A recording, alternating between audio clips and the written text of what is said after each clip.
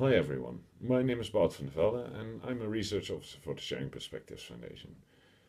First of all, I would like to thank you all for your participation in the European Refugees program and in particular for your participation in the research project. We feel the research project went really well and we feel that you contributed to this process in a very substantial way. For the research project, you had a choice out of 4 teams for the research, and you voted for the team's societal values, with the question, to what extent do values of refugees and non-refugees differ? After this, we asked you to provide us with questions that you would like to see asked in the survey, and you did so en masse. We collected these questions and put them into a coherent survey that addresses the main question. We would really like to thank you for the quality of these questions. We were able to make a complete survey out of the questions you provided. And during this process, you also provided us with very useful feedback and criticism on the main question, which we tried to incorporate. So after this was done, we gave you the survey and you collected responses. And you again did great. In total, we collected over 3,600 responses on the survey. For this lecture, we only analyzed the responses by people residing in Europe, but we had responses from all around the globe. With these responses, we tried to answer the main question that we set ourselves. To what extent refugees and non-refugees have different social values? To answer this question, we first have to answer, of course, what values we are referring to here.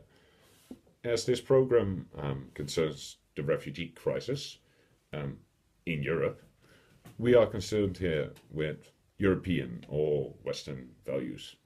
Many of you gave us feedback on what you thought Western values were or are, and even more of you gave us feedback that you thought there was no such thing as Western values.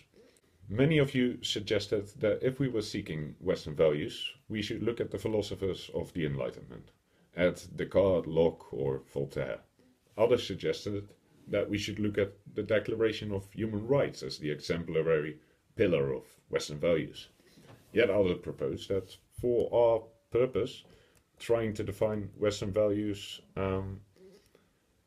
was unimportant. It was, after all, the difference in values we're looking for. So what was important was whether people with a refugee or asylum seeker background held different values than those without it.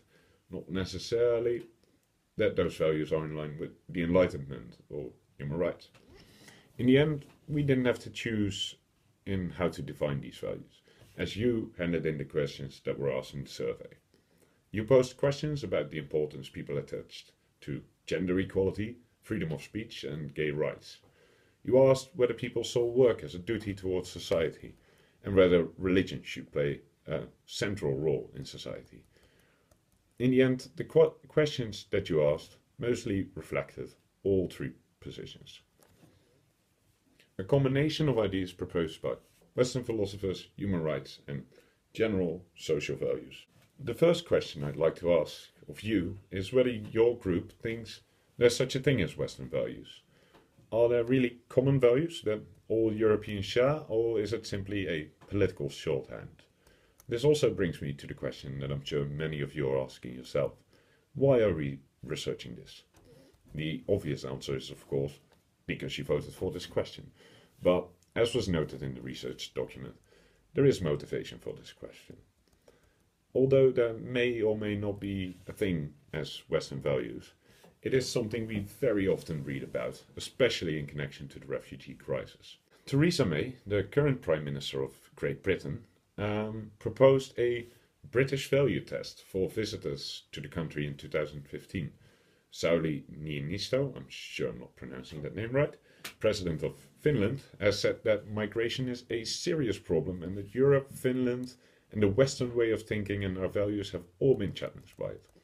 The same sentiment was echoed by Donald Trump during the US election, who proposed that refugees and immigrants would have to submit to an ideological certification that would declare that they shared in American values. It is thus clear that whatever Western values are, as none of the people mentioned above give a very clear definition, They are being used as a political narrative to try and halt immigration. This naturally leads to the question whether this difference is real. Is there a real difference between the values of refugees and the values of non-refugees in Europe? In order to answer this question, first we need to define what we see as a refugee. We measured whether or not someone was a refugee in the survey by asking two questions. First, whether or not somebody had refugee or asylum seeker status. And second, if they did not, if this was something they were applying for. People who answered yes to either of these questions were put together in a category we shorthand call refugees, or which more accurately entails people with refugee or asylum seeker status, or those applying for it. As this program is mostly aimed at the refugee crisis, we did not include persons with a migration background in the analysis for this video. This left us with 242 respondents currently residing in Europe in this category. Non-refugees were grouped as those people answering no on both questions. People who responded prefer not to answer on either of the questions were excluded from the analysis. This left us with 1,844 non-refugee respondents currently residing in Europe. Now that we have the definitions out of the way, we can get to answering the question. To what extent do refugee and non-refugee values differ? The simple answer is quite a bit. One of the questions on the survey was to answer how important people thought the following values to be: freedom of religion, freedom of speech, gender equality, freedom of sexual orientation, freedom of assembly, and press freedom, on a scale of not at all important to extremely important. On 4 of these, we found a significant difference between refugees and non-refugees, namely freedom of speech, gender equality, freedom of sexual orientation, and freedom of assembly, with refugees ranking them as less important than non-refugees. Take a look at, for instance, the importance given to freedom of sexual orientation in this chart. As you can clearly see, non-refugees rank sexual orientation as more important than refugees. And this pattern also holds with more specific questions, such as whether marriage is an outdated institution, whether religion should play a central role in society, or whether same-sex couples should be allowed to adopt children. It thus looks like, yes, there is an actual difference between values held by refugees and non-refugees. There is, however, a more complicated and a little more interesting answer.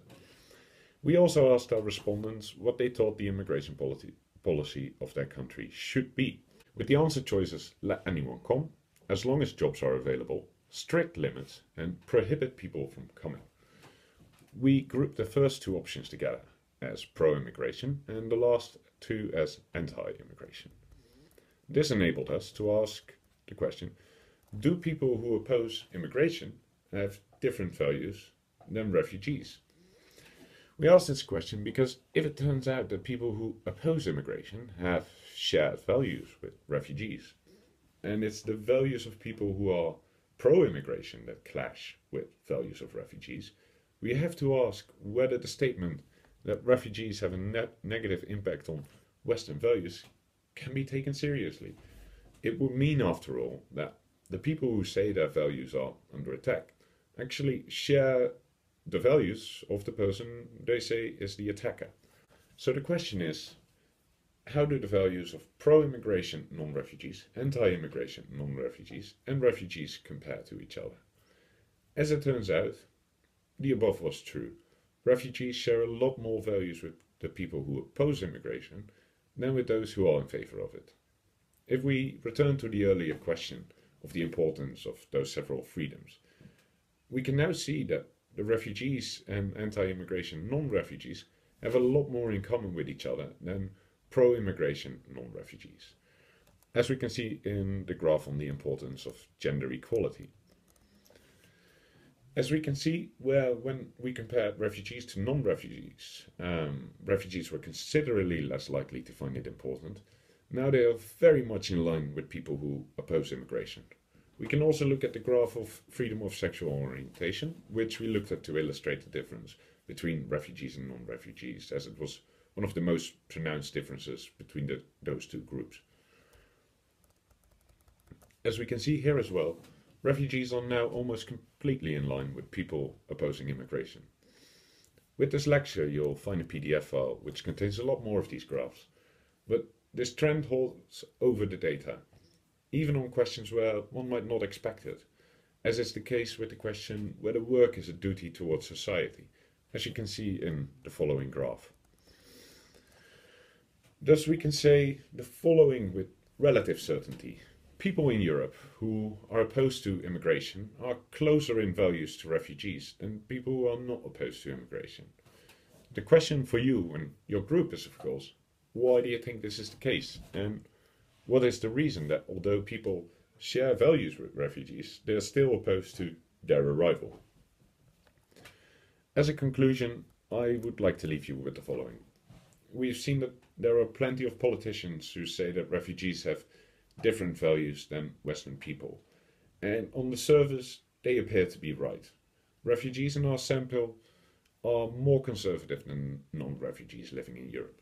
But if we look deeper, we can see that it's exactly the people who share these views with the politicians who also share the most values with refugees. The difference in values between people living in Europe and refugees is thus not as large as it seems, because the difference between just people in Europe is already enormous.